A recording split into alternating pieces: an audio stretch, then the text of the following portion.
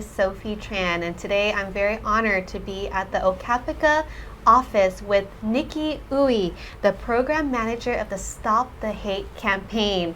Hello, how are you doing today? I'm doing well. It's wonderful to meet you and all of your team at Little Saigon TV.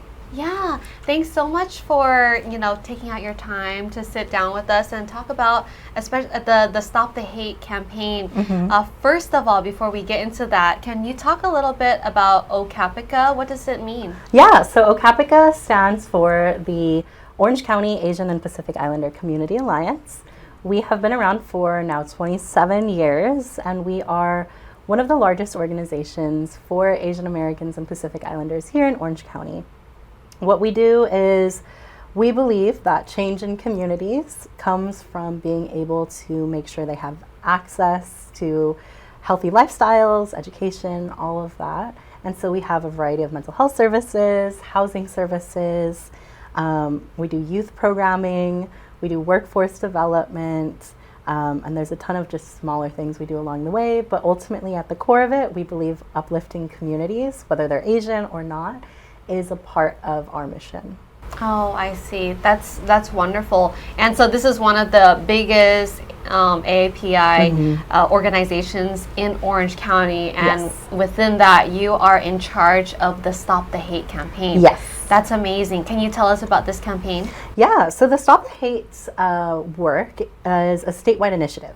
So the campaign does go across the entire state, all the way to the border, to past Sacramento. So really, the entire state is involved. And what we do is provide victims assistance for individuals who have been affected by a hate crime or hate incident. And then we also do prevention work to make sure that communities have access to care, healing, and also education to make sure that these hate crimes and hate incidents don't happen in the future. So that might mean we might be doing documentary film screenings so that others learn about, say, the war in Vietnam and how it affected Vietnamese Americans here. And so that might influence their health outcomes. And so we'll talk about medical discrimination. But we might also be doing literally trainings for clinicians to talk about culturally competent ways that they can help those who have maybe experienced the trauma of racism or gender-based discrimination or anything like that, how they can be trauma-informed in the approach to getting victims care and helping them be survivors that are stronger after an incident that might really deeply affect them or their community. And you mentioned hate incidents or hate Yes. crimes. Can you tell us what they are and what the differences are? Yeah, so a hate crime and a hate incident are just two different levels of a behavior or an action that's rooted in a perpetrator seeing or perceiving something about a protected category or an identity. So that's gender, race, religion, disability, sexual orientation, and then ethnicity as well. So a hate incident is, say, verbal harassment. That might be, name calling, bullying that is not physical. It might be even putting up a sign that says something derogatory about a community. So in the past, there may have been things saying, Asians not welcome here. That's an example of a hate incident. And technically, there are kinds of hate incidents that, because of free speech laws, are allowed to exist. They're really unfortunate, and it sucks that we can't do anything to prevent them from existing in our community, but hate incidents are legal. Hate crimes are not. That's when a hate incident escalates to something that you can prosecute. So it might be vandalism, physical vandalism of a space.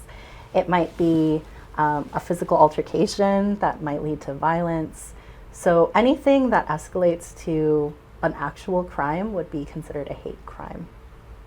I see. So can you give us examples of a hate incident and then a hate crime that you as a coordinator here have witnessed? Yeah, so hate incidents are harder because people don't know how to report them or if they should report them. So for the most part, people do not report their hate incidents. We've done surveys in the community where salon workers, for example, have been verbally harassed by their clients because they don't speak English, where they've had money thrown at them or some of their valuables or some of their materials just tossed off of tables. Technically, that should be a hate crime because that's considered vandalism, but because it's not reported, it gets caught into hate incident. And so we hear that actually a lot. From a lot of our surveys, we've heard that from many salon workers, whether that's nail techs, hair techs, and other people who work in the service industry. So people at grocery stores or restaurants also have experienced these things. We also see hate incidents like that in some of our healthcare professionals during COVID. Some of our ICU nurses who identify as Asian were getting verbally harassed like that. And so those are hate incidents we've experienced here in Orange County too. But we've also had a lot of hate crimes. So a hate crime I can describe, not one that OCAPICA has helped with, but in the past year, there was a Filipino bakery in Lake Forest that had their shop vandalized 6 different times. And the perpetrator was finally caught and then sentenced with a hate crime. We've also worked with families who have experienced hate crimes where their neighbors were harassing them in Irvine, to the point where we had to do emergency relocation because there was a threat of danger to the mother and child's family. So it definitely does happen here in Orange County, and it looks very different across the spectrum. Wow. So has hate incidents and hate crimes been an ongoing issue, or is this a recent thing? Yeah, so OCAPICA was actually formed out of a hate crime. In 1996, a Vietnamese American named Tien Minh Le was killed in a hate crime in Tustin, California. He was a master's student, he was just visiting family, and he was brutally stabbed to death. And the communities here in Orange County weren't as organized as they are today. And so there were independent Asian groups really just rallying to make sure that the perpetrator was caught and that Tien Minh Le and his family received justice. And so that was one of the biggest reasons that OCAPICA was formed, but we also had a hate crime happen also in South County for someone named Kenny Chu, and he was murdered after his neighbor was harassing him for days and days and days. They made police reports, and eventually the police didn't take them seriously, and Kenny was killed by his neighbor. And so local activism created something called Kenny's Law, where police do have to take those reports of violence very seriously. But hate crimes for our communities here in Orange County, especially for many of our East Asian and Southeast Asian communities, has been around for a very long time. 9/11 increased those for Muslim and South Asian communities. We're also seeing more of those happen with COVID and the ways in which Asian communities were targeted. And then with current international politics, we're also seeing increases as well for many of our Muslim communities here.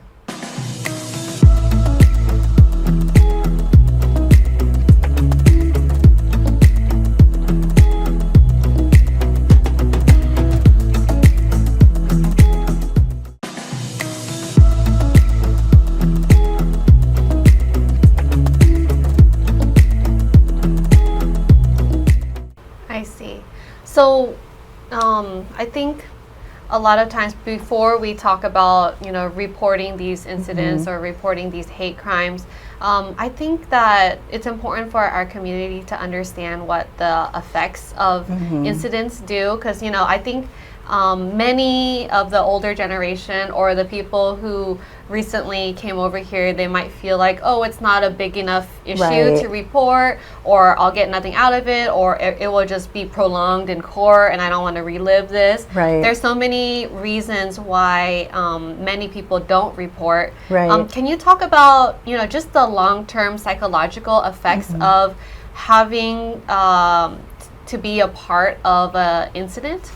Yeah, so one statistic that I like to share with people when talking about this work is it came directly from a healthcare agency, which is showing that suicide rates in Orange County have stabilized for the most part, except for Asian Americans. We are the only group where suicides have increased, and that's primarily in our youth who experience school bullying, pressures of education. And a lot of that bullying is driven by racial trauma, racial discrimination that leads to trauma. And so we're seeing increases in suicide. we're also seeing what's called race-based traumatic stress. Many people have heard of PTSD, post-traumatic stress disorder.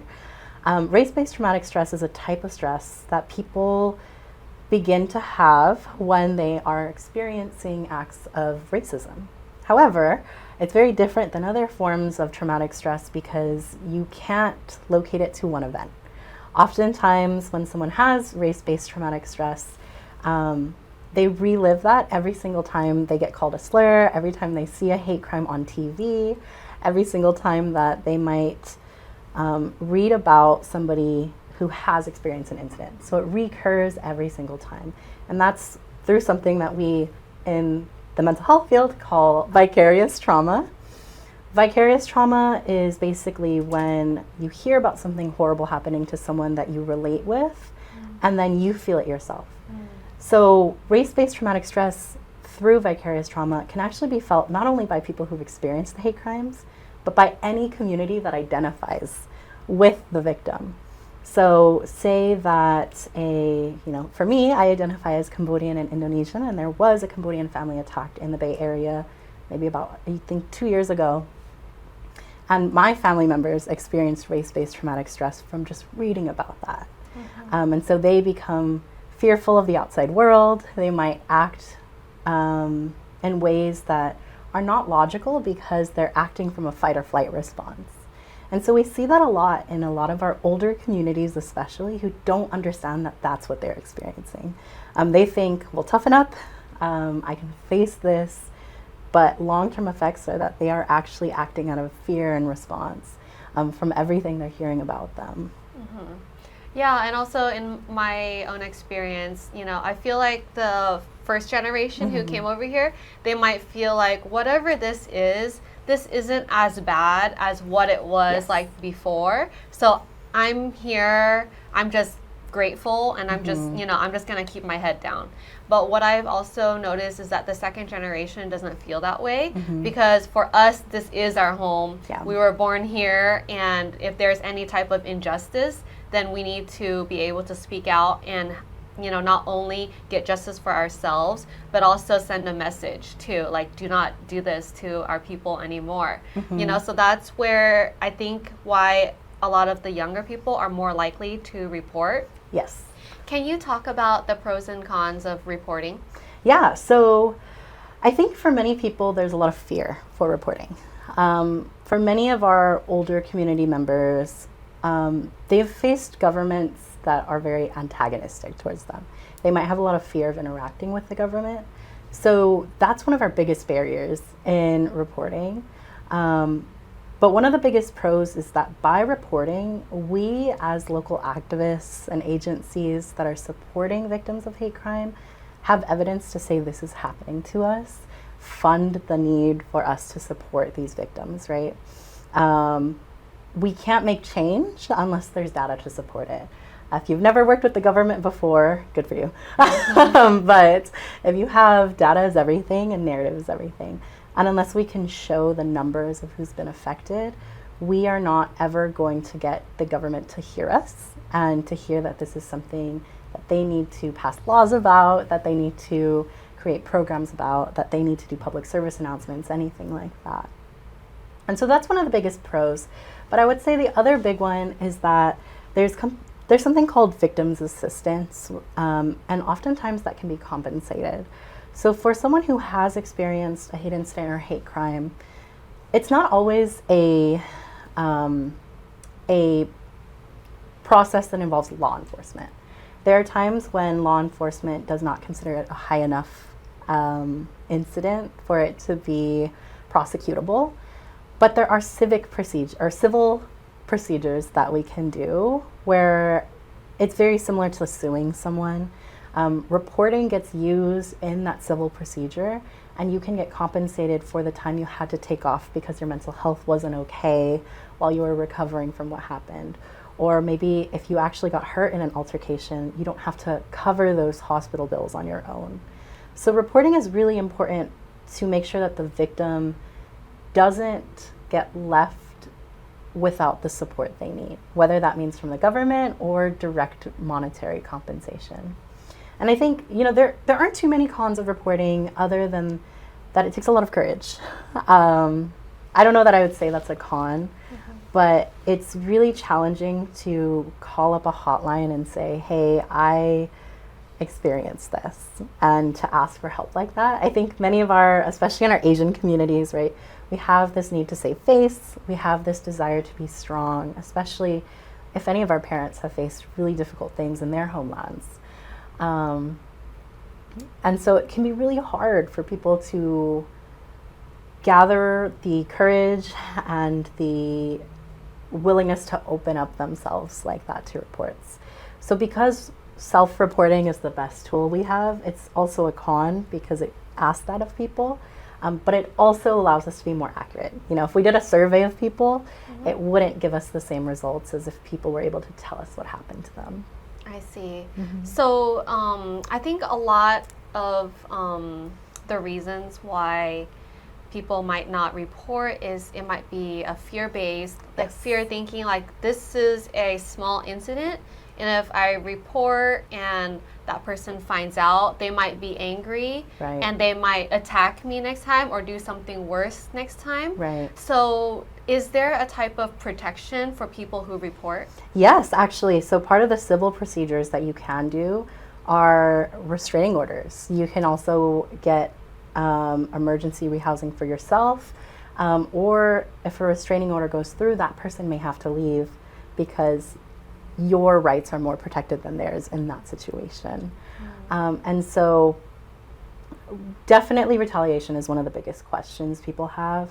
But I think that the retaliation threat can be, solved a little bit by those measures. And if it's not things like that, sometimes reports even just go through our local nonprofits or community groups. And there are some nonprofits that will have, senior escort programs, or someone will stay with you at your house to make sure that you're okay and that violence doesn't come back to you. So whether it's going through the whole government procedure or just relying on other people to help you, there are more pros, I think, that outweigh the threat of violence.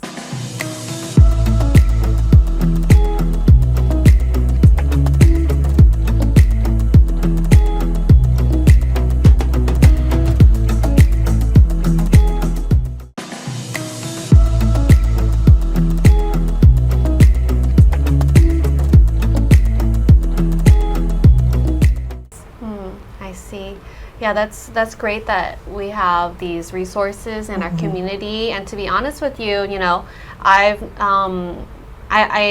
am able to research these resources, but I never even knew that they existed. So this interview is very informative. Now, can you tell us a step-by-step procedure of what a reporting process looks like? Yeah, so I think one of the easiest ways for folks to report is online.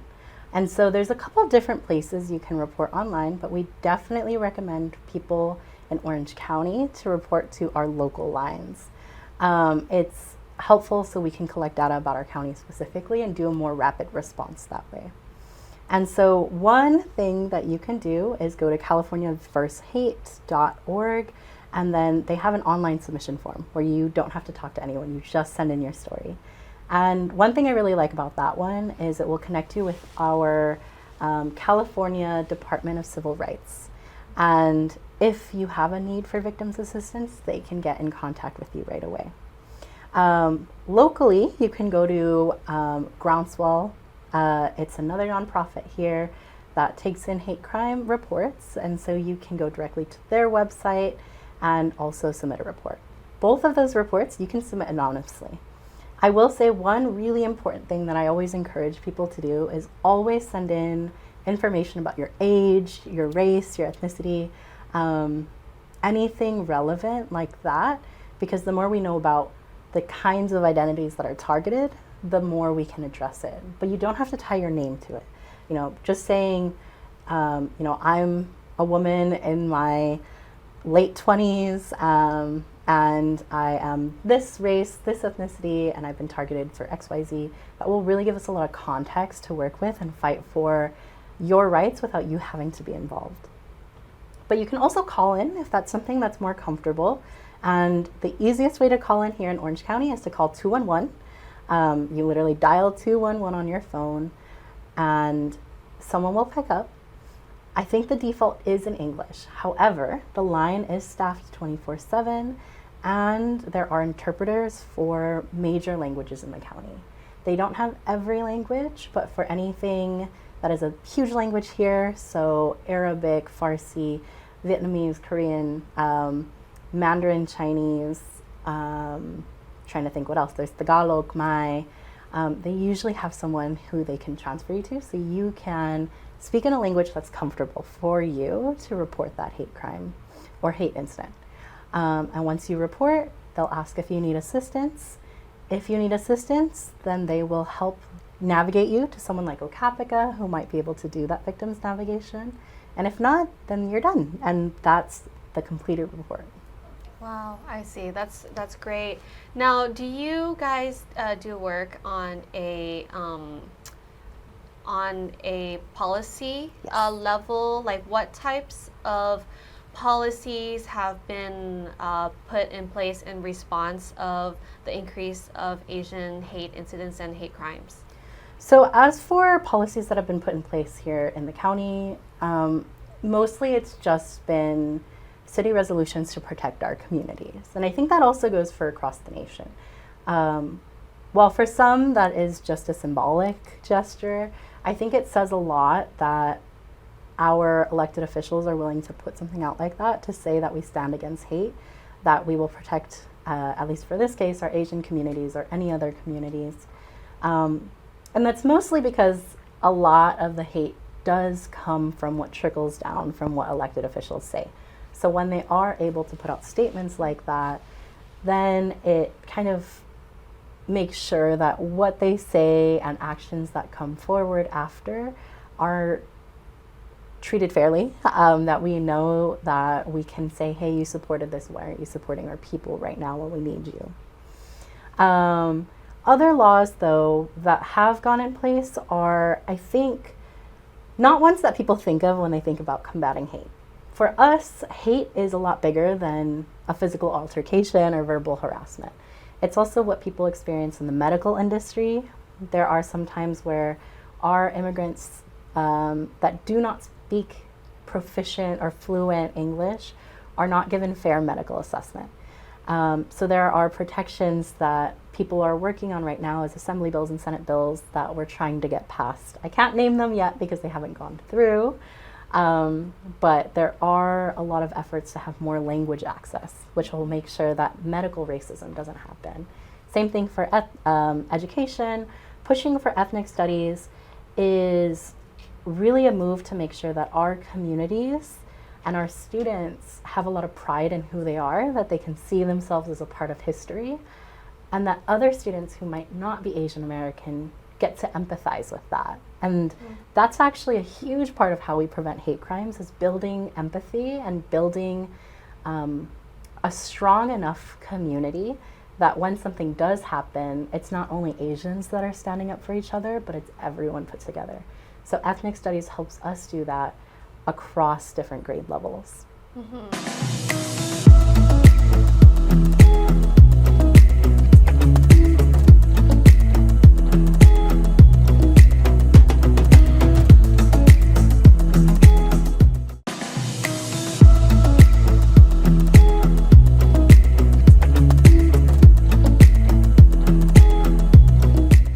I see. And you talked about empathy, and I think, you know, of course, with the Stop the Hate campaign, we want to help build people, explain or help people understand to have more empathy towards Asian people. But is there also, you know, we're looking inward, but do we like look outward as well and think about how we can help Asians feel more empathy for other communities as well? Because sometimes hate, it can become a cycle from one community to the other. Right. I think that's a really great question. And I think one thing that I like to do when I'm talking about Asian communities is also say that most Asian communities don't identify as Asian, right? I identify as Cambodian, I identify as Asian for the bigger public, but there's even hate within our different ethnic groups. And so when we talk about stopping hate, it's definitely a big effort that goes beyond just ethnicity or just race. The Stop the Hate initiative here at OCAPICA is actually multiracial. We are thinking about hate as beyond just what affects Asian Americans, but also what affects our Black community members, our Muslim community members, our trans and gay community members. And a lot of that's because, like you said, hate is cyclical. But we also know that when our fellow community members are safe, then we also, by extension, are safer. The more damaged and less resourced a community is, the higher the hate crimes are, which is why you see a lot more hate crimes in urban communities that have stronger homelessness problems or a lack of social resources. And so for us, uplifting and building empathy with those many different communities is actually also including our community and the rights that they will have. I see. And like you mentioned about kind of grouping all of us in together as like the Asian community, the good thing is that it makes us very strong and big, but then there's also a negative side to it, which is some Asian communities, some ethnic communities may be overlooked, and their needs might not be met because our demographic and our stats and data for each community is very, very different from each other.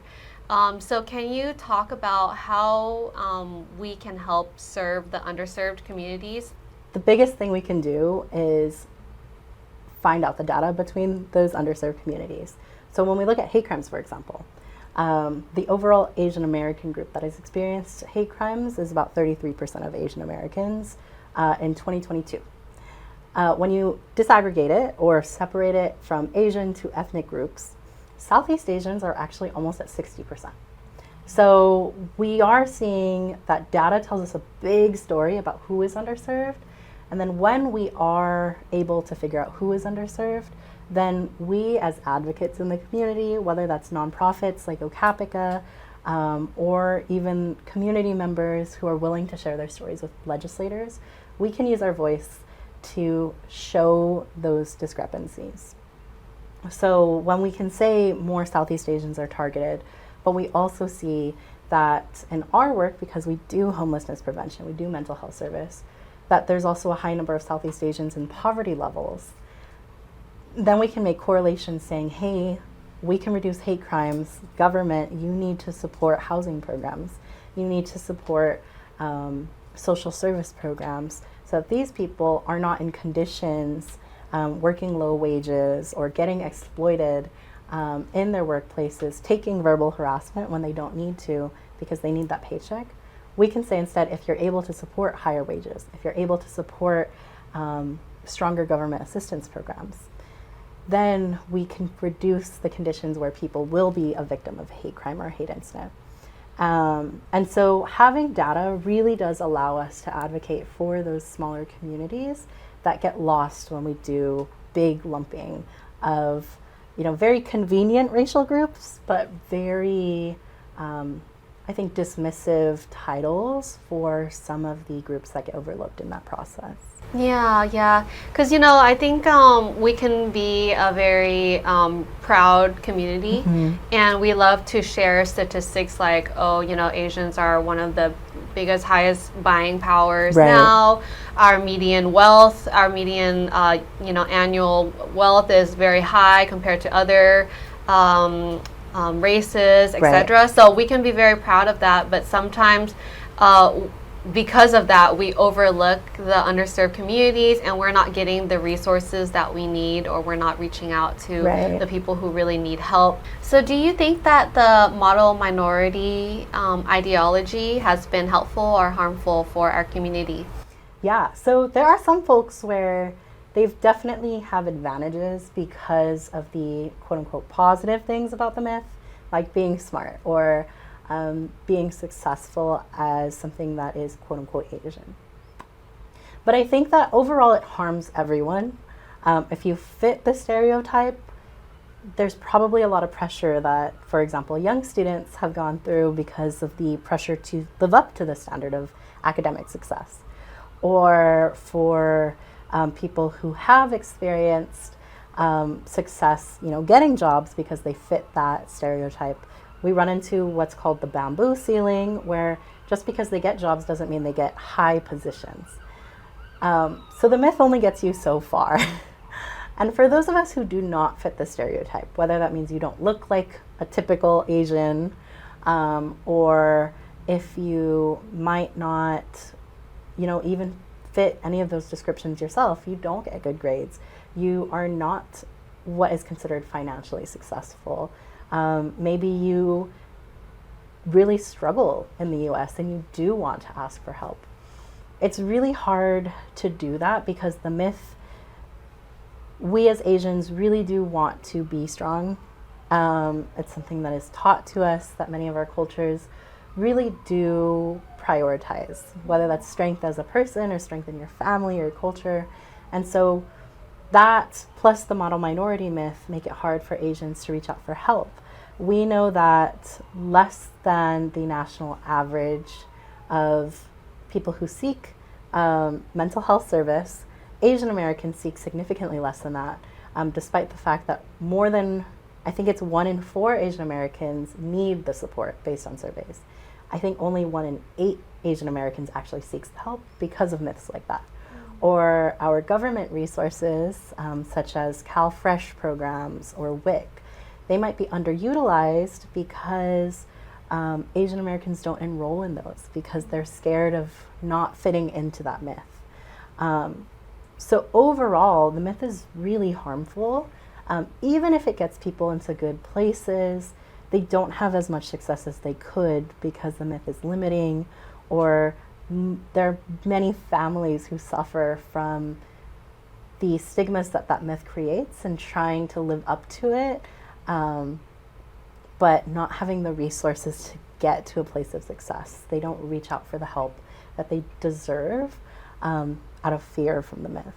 Wow, thank you so much. Today's interview was extremely informative. I've learned so much. I thought I knew a lot already, but I actually learned a lot today. And before we conclude today's interview, I wanted to give space for you to, let the audience know anything else you would like to share. Yeah, I think that the most important thing in our Stop the Hate work that I recommend to everyone is that at its core, hate comes from fear, but at its core, healing comes from a lot of love. That's very corny, but that love comes from love in our communities, love for ourselves and our identities. And we can't permanently stop hate crimes. People are always going to act in ways, even if we make everything harmful illegal, someone will still do it, right? But the more we're secure in who we are as people, the more we as community members are proud of our heritage, or proud of the people that we are, the people around us, and we support each other in that, the more the effects, the traumatic effects of hate crimes do not affect us. Many of us are so secure in our identities that you might have experienced a hate incident and you can laugh it off with your friends and be like, that was so bad, but I'm proud of who I am, and so it doesn't affect me. And that's something that we ultimately try our best to cultivate in our Stop the Hate work.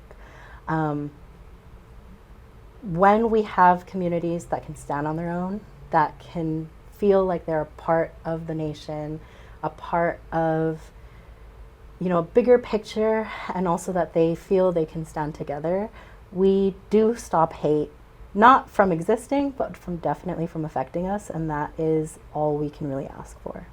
Yes, I think that's beautiful that we have to remind ourselves that we are now Asian American and we're not just guests here, but we live here, and it's important for us to do the work in order to feel like we are at home.